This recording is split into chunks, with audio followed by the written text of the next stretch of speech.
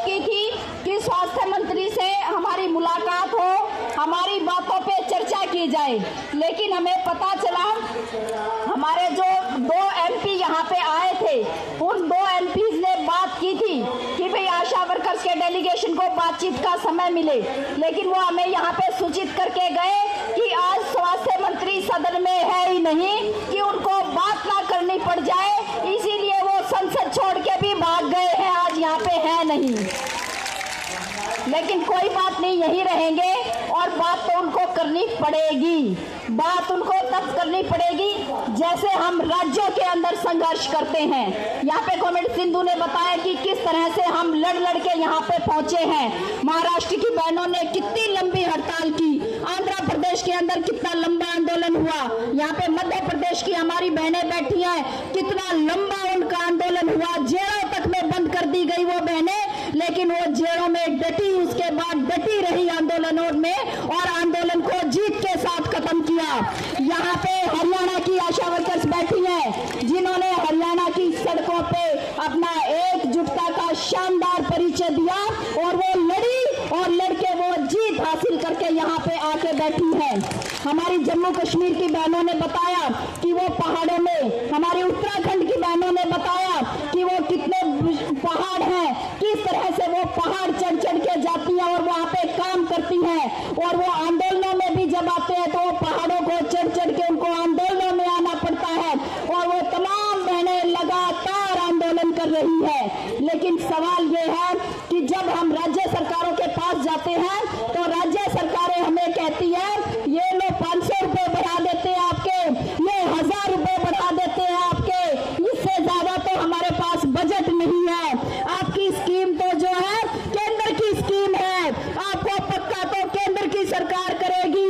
तो आज हम नरेंद्र मोदी को बताने आए हैं कि मोदी जी, जेपी नड्डा जी, आज तो देश के कोने कोने से जो बहनें आई वो हमने सारी नहीं बुलाई थी, क्योंकि आपकी पुलिस ने और आपने हमें यहाँ पे ज्यादा संख्या में आने की परमिशन नहीं दी थी, लेकिन हम ज्यादा संख्या में भी आ सकते हैं, ये भी बता रहे हैं। और दूसरा जो 10 लाख हम आशा वर्कर्स और फैसिलिटेटर्स हैं, वो आने वाले समय में जिस तरह से हम राज्य सरकारों के साथ आंदोलन करते हैं, पूरे देश की 10 लाख आशा वर्कर और फैसिलिटेटर्स आने वाले समय में केंद्र सरकार के खिलाफ आंदोलन करेंगी।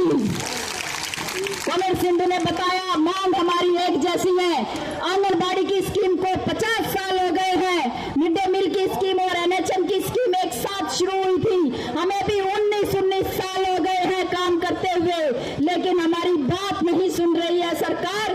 तो आने वाले समय में न केवल हमारे अलग अलग आंदोलन इस केंद्र सरकार के खिलाफ, इस देश की 60 लाख स्कीम वर्कर भी एक साथ बड़े आंदोलनों का आह्वान करेंगे। यहाँ से हम आपको ये चेतावनी देके जा रहे हैं।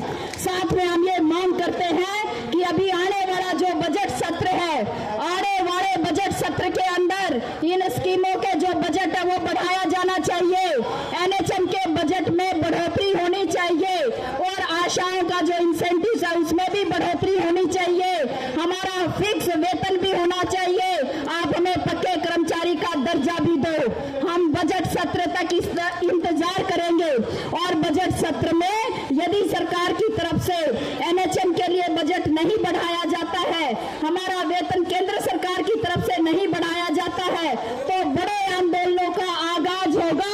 और जब बड़े आंदोलनों का आगाज होगा और मिलके 10 लाख आशा वर्कर और फैसिलिटेटर्स आंदोलन करेंगी, तो ये पक्की बात है कि फिर हम उस आंदोलन को बिल्कुल पार लेके जाएंगे, फिर हम बीच में सांस नहीं लेंगे। ये हमारी पहचान है और ये जो हमारी पहचान है इसी का नतीजा है कि वोट लेने के लिए, महिलाओं की वोट लेने के लिए आजकल सरकार को क्या क्या टिकट में करनी पड़ रही है ना। लाया ना वो लाडली बहन योजना, कहीं पे लक्ष्मी योजना, और वो ला के वो सोचते हैं कि थोड़ा थोड़ा पैसा फेंको और हमारी सरकार बन जाएगी। सरकार बनने के बाद जो है फिर क्या, ये तो एक बार की बात थी, काट की अंडी चढ़ गई एक बार। ये जो है इस भी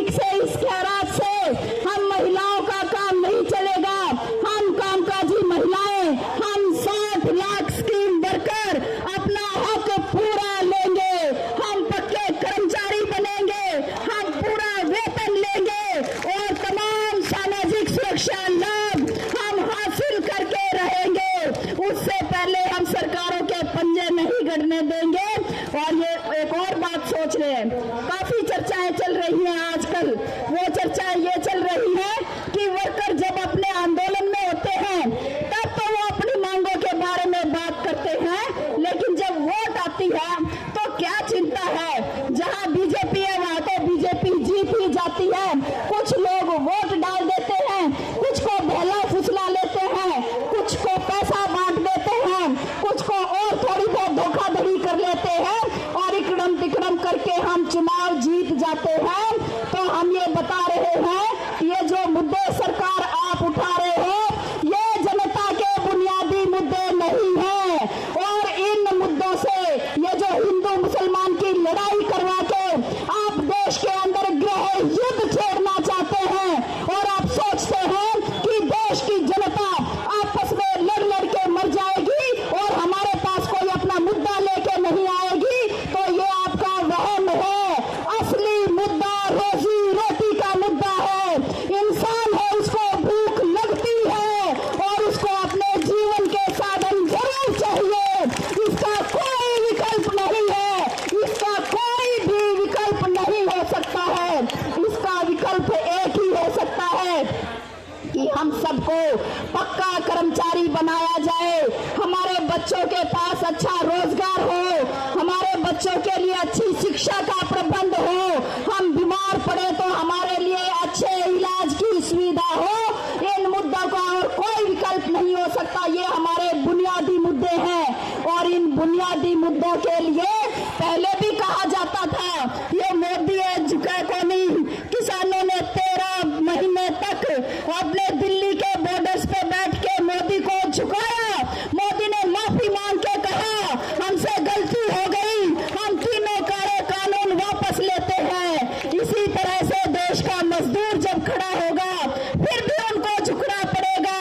असल तो शक्ति जनता के अंदर है और ये जनता को आप ज्यादा दिन तक बहला फुसला नहीं सकते। जब उनके असली मुद्दों की बात आएगी सब तमाम जनता एकजुट होगी और इनको हम हर तरह से जो है लाइन में लगा देंगे और हम ये काम आने वाले समय में करके दिखाएंगे। इसीलिए यह अंतिम चेतावनी के साथ मैं अपनी बात खत्म करूंगी। हम रिक्वेस्ट करते हैं नरेंद्र मोदी जी से कि आज महंगाई कैसे आसमान छू गई है।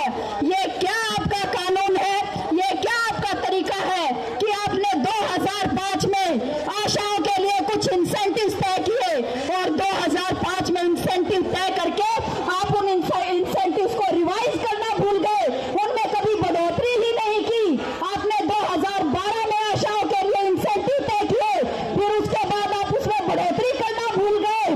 आपने 2018 में 1000 की बढ़ोतरी की घोषणा की केवल 8 एक्टिविटी के लिए और 2018 के बाद उसमें भी आप बढ़ोतरी करना भूल गए। बाकी बातें तो बहुत याद रहती हैं, लेकिन जब स्कीम वर्कर्स की बात आती है तो आप भूल जाते हैं। ये बात अच्छी नहीं है। 19 साल में महंगाई कहां आसमान पे पहुंच गई है और हमारा इंसेंटिव जो तय होता है वो वही बना रहता है। बेशक उसमें छुटपुट बढ़ोतरी हम राज्य सरकारों से लड़के करवा लेते हैं, लेकिन केंद्र सरकार से लंबे समय से हमारे जो प्रोत्साहन राशियां उसमें बढ़ोतरी नहीं हो रही है। तो हम ये मांग करते हैं आपसे कि हमारे तमाम जो है प्रोत्साहन राशियां उनके अंदर बढ़ोतरी की जाए, हमारा 26,000 न्यूनतम वेतन किया जाए और हमें पक्का कर्मचारी बनाया जाए। हम बजट सत्र तक इंतजार करेंगे।